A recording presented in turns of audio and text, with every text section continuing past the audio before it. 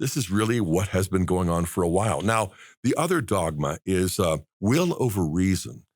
Can you explain that next one? Sure. So, in the first dogma, where our oppression comes from outside of ourselves, the second one, the oppression comes really from our own internalized authoritarian repressive instinct to conform to the moral law, particularly with regards to sexual normativity. And so, you can call it expressive individualism, which a lot of people do, and that's a good, tidy thing to call it. But what it means is that you find your liberation not just from liberating yourself from oppressive groups outside of yourself, but you're actually striving to liberate yourself from the moral law, which flows from God, from any sort of stable human nature, any understanding that there's an intelligibility to our nature that is implied by the moral law and the natural law. And so you really are finding your freedom by identifying desires within yourself that are transgressive, embracing those desires, and then letting them define you, and then living them out in your life, expressing them out in the world. And so you see that there's then becomes an incentive to be transgressive, because the more transgressive you can be, the more opportunity you have to be fully liberated, authentically liberated, with authenticity being a very different definition than how Christians would define it. But rather, authenticity means conform. Well, there's a couple different meanings for the woke. If you have an authentic Black voice or authentic female voice, that means you have a political voice.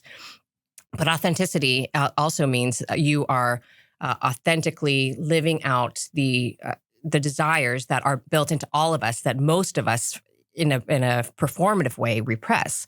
So the assumption is that we all are born with polymorphous perversion, as Freud would say, and it's a process of dying to ourselves in another kind of mirroring of Christianity, but a distortion of it, that we're dying to ourselves by dying to those transgressive desires.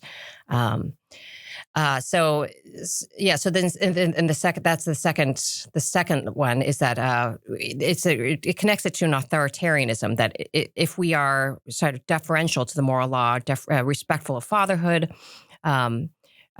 faithful to our spouses, that we have internalized a sort of authoritarian instinct that is detrimental to our liberty and detrimental to the liberty of society as well. Again, I think you're capturing something very well. Clearly and simply, you're stating will over reason. Well, what does that mean? Well, as you indicate, the classical way of understanding reason was that divine reason is how creation comes into existence. And so when God wills what we would call divine law, through the divine reason, he knows his creatures and their natures better than we know ourselves. So he would legislate only what will perfect and fulfill us. And so through natural reason, the intellect is able to enlighten the will and guide us so that we do those things that will fulfill our own humanity, rooted in reason, rooted in law, and an authority that is not authoritarian. Exactly the opposite. But again, when you look at Marx, perhaps even more Nietzsche, when Nietzsche is saying in the 19th century that anybody who claims to know the truth, to teach you the truth, to govern according to truth, is really disguising their own will to power. And that ultimately is what drives us. It's a desire for power, for pleasure, and that sort of thing. And once we unmask the false claims of knowledge and truth and objectivity and expose through a woke awakening, that these people really were perpetrating a kind of intellectual counterfeit, truth, reason, law, fulfillment. No, it was nothing but a disguised will to power. Then suddenly we have this new religion of the state.